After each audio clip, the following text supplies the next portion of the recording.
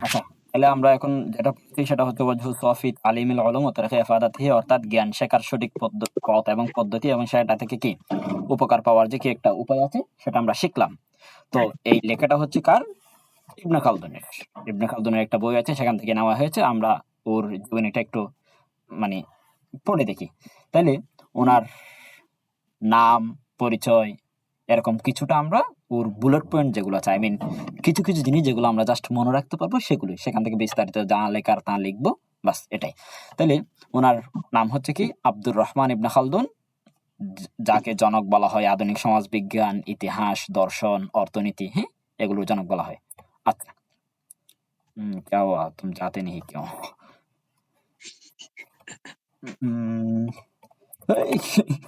এখানে এটা। হোসেন উস্তাদ শাইখুল আল্লামা। আচ্ছা, আচ্ছা, সরি।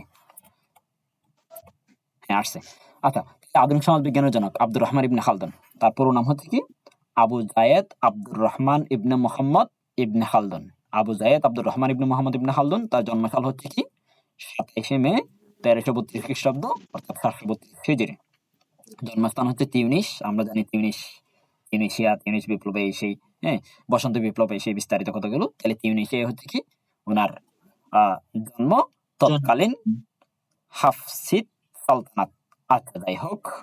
তিনি সম্ভ্রান্ত আন্দালুস স্পেনীয় পরিবারে কি করেন? জন্মগ্রহণ করেন। আন্দালুস এটা আগে ছিল, এটা তো জানেন আপনারা। তারপরে পরে উত্তর আফ্রিকা অভিবাসন করে। এটা তার কি পারিবারিক যে অবস্থা, সেই টানাপোড়েন সেগুলোই কি জীবনের মুভমেন্টে বিস্তারিত কি রাখে, ভূমিকা রাখে। এরপর আসি আমরা শিক্ষা এবং প্রাথমিক তার জীবনের যে প্রভাব যেগুলো ছিল সেগুলো কিরকম। তার যে কি পরিবারে যে একটা কি ছিল, দুরবস্থা ছিল। কি দুরবস্থা ছিল? সেটা হচ্ছে প্লেগের ট্র্যাজেডি। অর্থাৎ 17 বছর বয়সে একটা রোগ, যেটাকে বলা হয় ব্ল্যাক ডেথ বা ফ্ল্যাগ মহামারী, যেটা আগে হয়েছিল ওনার জন্মের 17 বছর পরে। হ্যাঁ, সেই মহামারীতে তার বাবা মা দুজনকে হারান। তো এতে করে ভঙ্গুর একটা অবস্থা চলে আসে জীবনে। কোথাও কিছু পাওয়া যায় না, হিমশিম। কি করে কি খায়, একটা অবস্থা। তো সেখান থেকেই উত্তরণ হয় আমাদের, এগুলোই মানে লাইফ ফিলোসফি আর কি। তো সেখান থেকেই তার কি জীবনের মুভমেন্ট পাল্টে যায়। তো আর কয়েকটা আমি এখানে স্টেপ করলাম। একটা হচ্ছে ব্যাপক পাঠ্যক্রম শিক্ষা।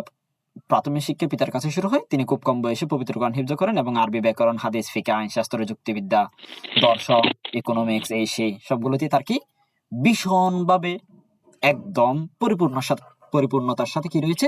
পদাচারণা রয়েছে।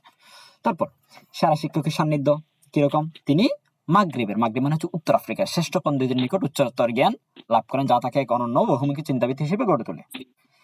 এরপর আসতেছে কর্মজীবন, রাজনীতি এবং কি সুদূর ভ্রমণ। তিনি সেখানে কি কি করেন, তার লাইফ সার্কেল কি কি।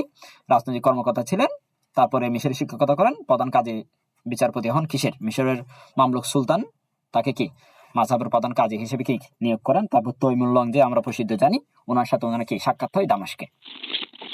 এরপর আসতেছে রচনাবলী, অমর রচনাবলী। কি কি? এবার এখানে এটা যেহেতু এআই মেড, এবার ওটা ওই ছবি ওটা, সেজন্য ওখানে কি এবার লিখছি কিতাবুল এবার আর কি। তো তো কিতাবুল এবার হচ্ছে কি বিশ্বের ইতিহাসের উপর লেখা তার মূল গ্রন্থ, যেটি হচ্ছে 7 খণ্ডে বিভক্ত। এটি উত্তর আফ্রিকা এবং মুসলিম বিশ্বের ইতিহাস নিয়ে একটি কি বিশাল কাজ। তারপর হচ্ছে আল মুকাদ্দিমা। এই আল মুকাদ্দিমা এটা হচ্ছে এই কিতাবুল ইবারের একটি কি ভূমিকা। কিন্তু আল মুকাদ্দিমা এটা পড়ে গিয়ে এমনিতে আমরা বিভিন্ন কিতাব যেগুলো আছে আরবিতে, সেখানে প্রত্যেকটি কিতাবের শুরুতে একটা কি থাকে? মুকাদ্দিমা থাকে, যেটাতে প্রারম্ভিকতা বলি, প্রেফেস বলি বা ইংলিশে, হ্যাঁ, ভূমিকা, মুখবন্ধ যাই বলি। তো ওটাই হচ্ছে কি এই আল মুকাদ্দিমা। এটা কিন্তু কিতাবটা 7 খণ্ডের, মুকাদ্দিমাটা অবশ্যই বড় হওয়ার এই কি যুক্তিযুক্ত। তাহলে সেই মুকাদ্দিমাটা পরে গিয়ে এমন একটা স্তরে পৌঁছে গেছে যে কি সেখানে রাষ্ট্র, সমাজ, ইতিহাস, দর্শন সবগুলো নিয়ে কি আলোচনা রয়েছে। ইভেন আমাদের যে কি রয়েছে ওয়াজহুস সওয়াব ফি তালিমুল এই ওয়াতনে হেফাজতি যেটা আছে, সেটাও এখান থেকে কি করা হয়েছে? চয়ন করা হয়েছে। তারপর হচ্ছে আত-তারিফ। এটা হচ্ছে তার আত্মজীবনীমূলক গ্রন্থ, যেটাকে আমরা কি বলি? বায়োগ্রাফি নাকি যেটা বলি আর কি। তারপর প্রধান অবদান সমাজ সভ্যতার বিজ্ঞান। আচ্ছা, এখানে কি কি? তিনি হচ্ছে সমাজ বিজ্ঞানের প্রতিষ্ঠাতা। কিরকম? আমরা নতুন একটা নাম শুনি, ইলম আল উমরান। সংস্কৃতি বা সমাজের বিজ্ঞান নামে একটি নতুন বিজ্ঞানের ধারণা দেন, যা আজকের সমাজ বিজ্ঞান। রাইট?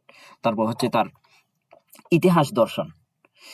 ইতিহাস কেবল ঘটনার বিবরণ নয় বরং, আচ্ছা, এটা হচ্ছে মূলত তিনি ইতিহাসকে এমন চোখে দেখতেন যেটা হচ্ছে কি এই সরি যাচ্ছে কই বাবুরা, আসো ব্যাক আসো ব্যাক আসো, কাম কাম। আচ্ছা, ইতিহাস কি কেবল ঘটনার বিবরণ নয়, বরং কারণ, অর্থাৎ কোন একটা যে কার্য ঘটে সেগুলো যে ইতিহাসের সাথে ডিপলি রিলেটেড, একটা আরেকটার সাথে ইন্টারকানেক্টেড, সেটাই তিনি বলে থাকেন। তারপর হচ্ছে আধুনিক অর্থনীতি। আচ্ছা, আমরা অর্থনীতিতে কতগুলো জিনিস বলে থাকি, ভোগ, উপাদান, যোগান, চাহিদা, এরকম কতগুলো জিনিস বলে থাকি, যেগুলো হচ্ছে অর্থনীতির মূল কি পয়েন্ট, যেগুলো নিয়ে প্রাথমিকভাবে আলোচনা করা হয়। ইভেন পুরোটা অর্থনীতি ঘিরেই সেগুলোরই কি মূল খেলাটা চলে। তাহলে তিনি হচ্ছে শ্রম বিভাজন, কর ব্যবস্থা, সরকারি ব্যয় এবং কি যোগান, চাহিদা, এগুলোর কি দেন, আ ধারণা দেন। শুধু ধারণা, আধুনিক ধারণা দেন তিনি সেগুলো নিয়ে। তারপর যে মূল বিষয়টা সেটা হচ্ছে কি আসাবিয়া, সমাজ সংহতি। এটা আমি এখানে যে সাদা এটা অ্যাড করেছিলাম মূলত করার জন্য, ওটা থেকে বোঝানোর জন্য। আমি অন্য জায়গায় যাই, সেখান থেকে বোঝাচ্ছি জিনিসটা, কারণ আমাকে একটু সময় দেওয়া লাগবে। হুম সময় দিয়ে সাথে থাকবেন। হুম, উম, ওই এটা গিয়ে কেমনে করা যায়, পাচ্ছি না কেন। যাও যাও, কি তুমি ব্যাগে ওদিকে আসবে? যাও। কি করতা? এই ছোট করে ফেলতাম আর কি।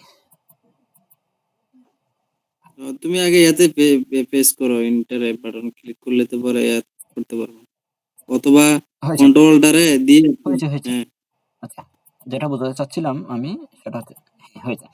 এই আধুনিক অর্থনীতি বুঝলাম। তারপর হচ্ছে এখন আমরা আসি সাবিয়া, এটাতে আসি আমরা। আচ্ছা, দেখতে পাচ্ছেন? জি জি। আমি কি ইন্টেলেকচুয়াল দেখছো? সাবিয়া এটা হচ্ছে ইবনে খালদুনের একটা কি থিওরি। কিরকম থিওরি? আসাবিয়া বলা হয় বংশ সংহতি। যেটা বংশ সংহতি মানে আমরা গ্রাম এলাকার যারা আছি তাদের মাঝে হচ্ছে কি একটা আলাদা বন্ড কাজ করে। গ্রাম এলাকার যারা আছে ওদের মাঝে আলাদা একটা কি কাজ করে, বন্ড কাজ করে, একটা ইনার কানেক্টিভিটি কাজ করে, যেটা দিয়ে আমরা কি খারাপ কাজ করলেও আমরা কি তার পক্ষ দিই, ভালো কাজ করলেও তার পক্ষ দিই, এরকম একটা অবস্থা। হুম তো এই আসাবিয়া এটা মানে হচ্ছে কি, যে একটা গ্রাম্য লোকদের যে একটা কি আছে, সংহতি আছে, সেটাই আসাবিয়া হচ্ছে কি সামাজিক সংহতি। তাহলে এটা কিরকম? প্রথমত যারা একদম দুরবস্থার মাধ্যমে মরু এলাকায় বসবাস করে, তাদের জীবনের যে উপকরণ প্রয়োজন সেগুলো না পেয়ে এরকম কষ্টের মধ্যে কি হয় বেড়ে উঠে, তাদের মাঝে আলাদা একটা কি থাকে, স্ট্রং কানেক্টিভিটি থাকে, আলাদা একটা বন্ড থাকে, সম্পর্ক থাকে, কঠিন দৃঢ় সম্পর্ক থাকে। এবং তারা সবাই কাঁধে কাঁধ মিলিয়ে একে অপরের সাথে কি মিলিয়ে উপরে উঠে আসে। Hardship and strong unity. ওর থিওরির সম্ভব হচ্ছে কি হার্ডশিপ অ্যান্ড স্ট্রং ইউনিটি, অর্থাৎ আসাবিয়া মানে হচ্ছে কি গ্রামের সংহতি, মানে যেগুলো আছে, যেগুলো কষ্ট করে বেড়ে উঠে, তাদের মাঝে একটা কি একদম শক্তিশালী সম্পর্ক থাকে। এরপর তারা এভাবে কি হতে হতে নির্যাতিত, নিষ্পেষিত হতে হতে তাদের এই ইউনিটি উঠে থেকে তারা কি করে জাগরণ করে, অর্থাৎ সেটা থেকে তারা নাহদা, এই কি বলি আমরা, আন্দোলন শুরু করে দেয় আর কি। সেখান থেকে তারা উঠে এসে তারা কনকোয়েস্ট অ্যান্ড রাইটস, তারা উঠে আসে এবং কি ক্ষমতা দখল করে, রাইট? এই সার্কেল থেকে তারা যখন এই একদম নিচু পর্যায়ে ছিল, সেখান থেকে তারা কি আস্তে আস্তে এসে ক্ষমতা দখল করে। এখন যে যাই লঙ্কায় সে হয়ে রাবণ, নাকি কি একটা কথা আছে, আই মিন যে ক্ষমতা পাই না কেন সেই বুক বিলাসে মত্ত হয়ে যায়।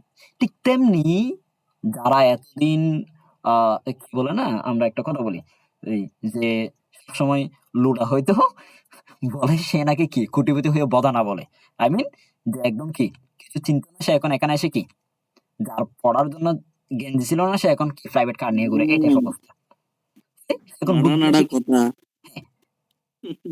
সে যখন কি হয়ে যায় এই ক্ষমতা দখল করার পরে, সে এখন তার হাতে সবগুলো রিসোর্স আছে, সবগুলো সম্পদ আছে, সবগুলো তার হাতে কি অ্যাভেলেবল। তাহলে সে কি করে যত ইচ্ছে যেমন ইচ্ছে তেমন ভাবে করে ইউজ করে, সেটাকে বলা হয় luxury and weakening. I mean city or standard life, এখানে স্ট্যান্ডার্ড বানাবল দিয়েছে হয়তো, মানে সেটা হচ্ছে কি সে যা তার যেমন ইচ্ছা তেমন ভাবে জীবন পরিচালনা করে। তাহলে এ তো করে যখন যা ইচ্ছা তা পাচ্ছে, এ তো করে হচ্ছে কি তাদের যে একটা হার্ডশিপ ইউনিটি ছিল সেটা কি এখন আছে? হার্ডশিপ আছে তাদের, এখন ক্ষমতায় চলে গেছে, তাদের এখন মাঠে গিয়ে কাজ করতে হচ্ছে না। তারপর তার পকেটে টাকা আছে, এ বলে দূর বেটা আমার ব্যাংক ব্যালেন্স দেখছস, তার যে একটা ইউনিটি ছিল সেই ইউনিটিতে এখন নাই। তো করে কি হয়েছে, তারা যদিও আজবরা গা থেকে উঠে এসেছে, ক্ষমতা দখল করেছে, এরপর হচ্ছে কি তারা এখন বুক বিলাসে মত্ত হয়ে গেছে। বুক বিলাসে মত্ত হয়ে তারা কি করতেছে এখন, আগে তাদের উপর যেরকম জুলুম নিপীড়ন অত্যাচার, তাদেরকে যেরকম কি এখানে থাকা অবস্থায় দেওয়া হতো না, তাদের প্রাপ্য অধিকার দেওয়া হতো না, ঠিক তেমনি এরাও এখন সমাজের নিম্ন শ্রেণী যারা আছে তাদেরকে কি দিচ্ছে না, অধিকার দিচ্ছে না। সেজন্য সার্কেল একটা ঘুরে ঘুরে আবার এদিকে আসতেছে। সেই সার্কেল এখানে থেকে এটা এখানে এসে এরা এদিকের যে কি বুকবিলাস যেগুলো আছে সেগুলোকে তোয়াক্কা না করে তাদেরকে ফল করিয়ে দিয়ে কি করে ফেলে, এরা ক্ষমতা দখল করে নেয়। এরা যে কি ছিল, ক্ষমতায় ছিল, এরা দের কি হয়ে যায়, ফল হয়ে যায়, অর্থাৎ তারা কি হয়ে যায়, ক্ষমতা হারায় ফেলে, তাদের রিপ্লেসমেন্ট হয়ে এই যে হার্ডশিপে যারা ছিল এরকম। মানে হচ্ছে কি সার্কেলটা ঘুরতে থাকে। প্রথমে কিছু মানুষ কি ভুগে, কষ্ট ভোগা মানুষগুলো যখন এ পর্যায়ে এসে যায়, জীবন যাপন এ পর্যায় থেকে এ পর্যায়ে চলে যায়, এভাবে সার্কেলটা ঘুরতে থাকে। এটাই হচ্ছে কি আসাবিয়া। বুঝতে পেরেছেন? দারুন দারুন ভাই, এটা এটাকে বলা দারুন হয় ছিল। সোশ্যাল কোহেশন বা গ্রুপ ফিলিং, অর্থাৎ একে অপরের জন্য যে মায়া কাজ করে সেই মায়াটা। এরপর হচ্ছে আপনার থার্ড স্লাইড, এটা হচ্ছে কি মৃত্যু ও সমাধি। তিনি 19 মার্চ 1406 খ্রিস্টাব্দে মিশরের কায়রোতে মৃত্যুবরণ করেন। কায়রোর বাব আল নাসর কবরস্থানে তাকে কি করা হয়, দাফন করা হয়। তারপর সর্বজনীন প্রভাব, তাকে আধুনিক সমাজ বিজ্ঞান, জনসংখ্যা তত্ত্ব যেটাকে ইংরেজিতে ডেমোগ্রাফি বলা হয় এবং অর্থনীতির অগ্রদূত হিসেবে গণ্য করা হয়।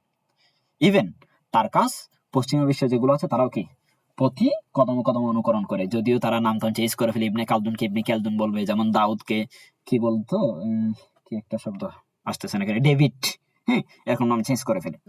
তারপর তার এমন পদচারণা ছিল, ইভেন আধুনিক চিন্তাবিদ আর টয়েনভি, তারপর কার্ল মার্কস, তারপর ফিওদর ডস্টয়evsky থেকে শুরু করে যারা যা ছিল সবাই হচ্ছে কি তার এই মতাদর্শ এগুলো দিয়ে প্রভাবিত হয়ে তারা আলাদা কি তাদের লাইফে আলাদা মানে গ্লু করেছে, উপরে উঠেছে এই এর মতাদর্শ থেকে, একে দেখে একে অনুকরণ করে। আই মিন ইবনে খালদুনকে আমরা সেই ক্ষেত্রে বলতে পারি রোল মডেল। আচ্ছা, এরপর আসতে পারি আমরা লাস্ট স্লাইড, তোমরা ভালো করে পড়ালেখা করবা। প্রেজেন্টেড বাই এমডি রাইহানুল ইসলাম, ধন্যবাদ।